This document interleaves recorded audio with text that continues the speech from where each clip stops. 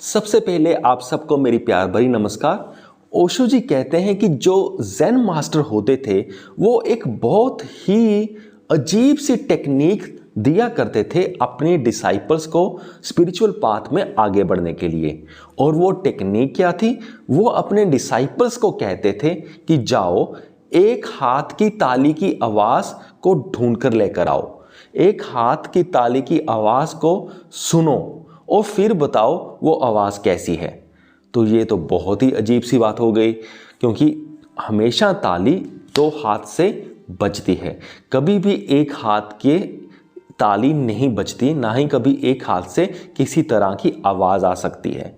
तो डिसाइपल्स बहुत ही कन्फ्यूज़न में आ जाते थे कि ये क्या है।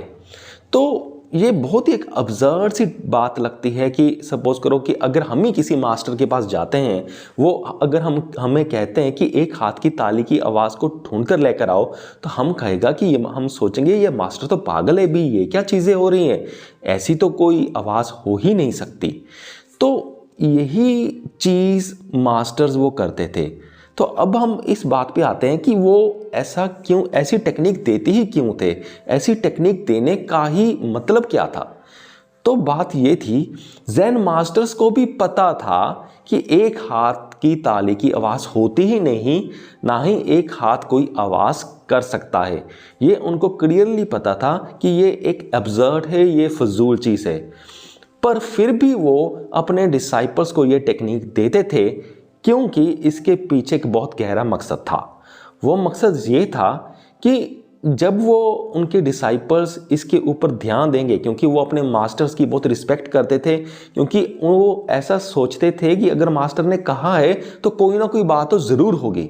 वो एक हाथ से आवाज़ निकालने की कोशिश करते और उसे पूरी तरह से ऑब्ज़र्व करते कि एक हाथ से ऐसा तो नहीं कि कहीं की आवाज़ आ रही है लेकिन हम ही नहीं सुन रहे, क्या वो आवाज़ बहुत कम तो नहीं आ रही। वो बहुत ही अलर्टनेस के साथ देखते रहते अपने हाथ को ऑब्ज़र्व करते, इसी चीज़ के ऊपर मेडिटेशन घंटों करते। वो सुनने की कोशिश करते कि क्या कोई ऐसी आवाज़ है जो आ रही है पर बहुत ही शायद कम होगी, शायद मुझे ही नहीं सुनाई दे रही है। वो ऐसा घंटों प्रैक्टिस करते रहते। तो इससे क्या होता? ऐसा नहीं होता कि एक दिन उनको अपने हाथ से आवाज़ सुनाई देनी शुरू हो जाती, ऐसा नहीं होता उनके साथ भी, और सालों साल ऐसी मेडिटेशन करने के बाद भी।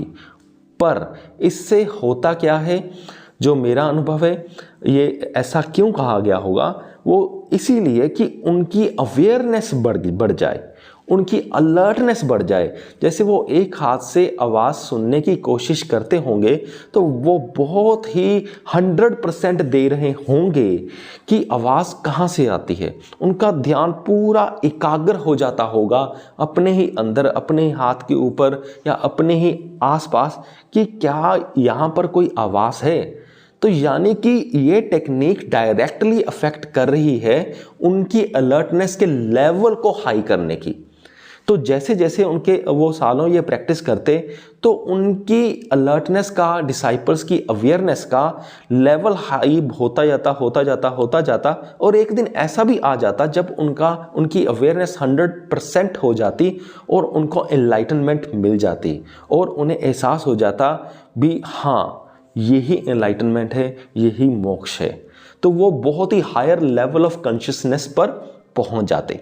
सो मुझे पूरी उम्मीद है कि आप सबको ये वीडियो समझ आ गया होगा। इस वीडियो के डिस्क्रिप्शन बॉक्स में मैं अच्छे स्पिरिचुअल बुक्स के लिंक्स डाल दूंगा, आप उन्हें क्लिक करके चेक करके देखना ना भूलिएगा। ये वीडियो यहाँ तक देखने के लिए आपका बहुत बहुत धन्यवाद।